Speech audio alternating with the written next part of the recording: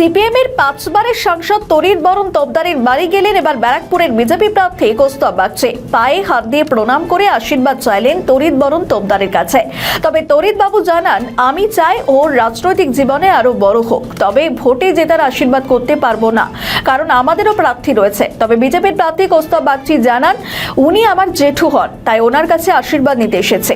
পারিবারিক সৌজন্যতা, এটা কোনো রাজনৈতিক ব্যাপার নয়। দেখুন, এটা কোনো নির্দিষ্ট কোনো উদ্দেশ্য নিয়ে আসা নয়। আমি ওনাকে জেঠু বলে সম্বোধন করি আজ থেকে না, দীর্ঘদিন ধরে, এবং একটা পারিবারিক সম্পর্ক। আমার বাবা ওনাকে দীর্ঘদিন ধরে চিনতেন, প্রচণ্ড শ্রদ্ধা করতেন। আমাদের পরিবারের সাথে ওনাদের সম্পর্ক। উনি যখন সাংসদ ছিলেন তখনও যোগাযোগ ছিল, তিনি যখন সাংসদ নেই তখনও যোগাযোগ। এবং ব্যারাকপুর শিল্পাঞ্চলের অন্যতম বর্ষিয়ার নেতা এবং দীর্ঘদিনের সাংসদ, তো সেই ক্ষেত্রে রাজনৈতিক মতবিরোধ থাকতেই পারে। তিনি নিশ্চয়ই তার দলের প্রার্থী, তার মতাদর্শের পক্ষে কথা বলবেন। আমি নিশ্চয়ই আমি আমার দল এবং আমার মতাদর্শের পক্ষে কথা বলবো, তার দলের বিরোধিতা করব। এটা খুব স্বাভাবিক বিষয়।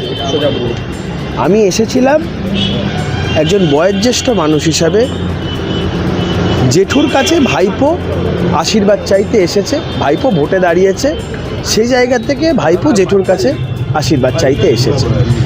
এর মধ্যে আপনি যদি ব্যক্তিগত স্তরে দেখেন, জেঠু পরামর্শ দিয়েছে, ভালো করে কাজ করো, আরও উচ্চতা বাড়ুক দলে, প্রফেশনে, সব কিছুতে। রাজনৈতিকভাবে নিশ্চয়ই তিনি তো আমার দলের সদস্য নন, তিনি তো একটা বিরোধী রাজনৈতিক দল করেন এবং একটা বিরোধী মত পোষণ করেন, আমরা তো সম্মান করি।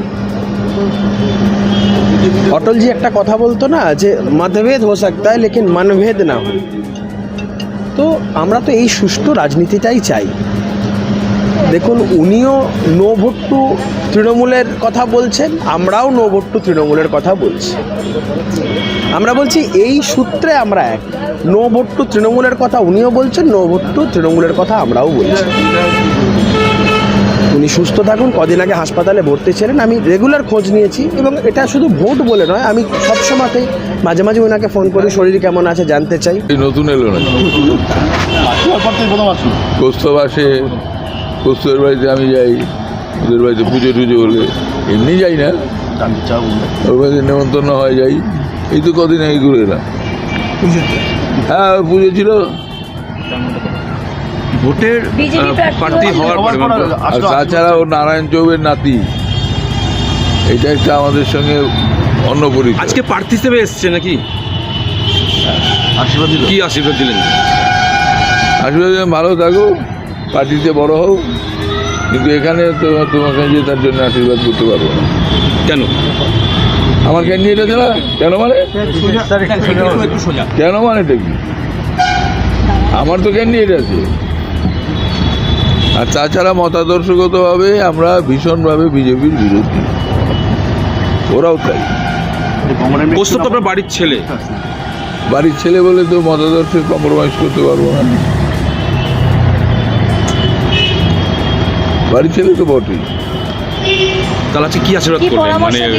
আশীর্বাদ করলাম যে একটু সুস্থ থাকো, বড় হও, ওকালতিতে বড় হোক, পার্টিতে নিজের পার্টিতে বড় হোক। ভোটে জেতার? ভোটে জিতবে কেন, আমি জিতবো।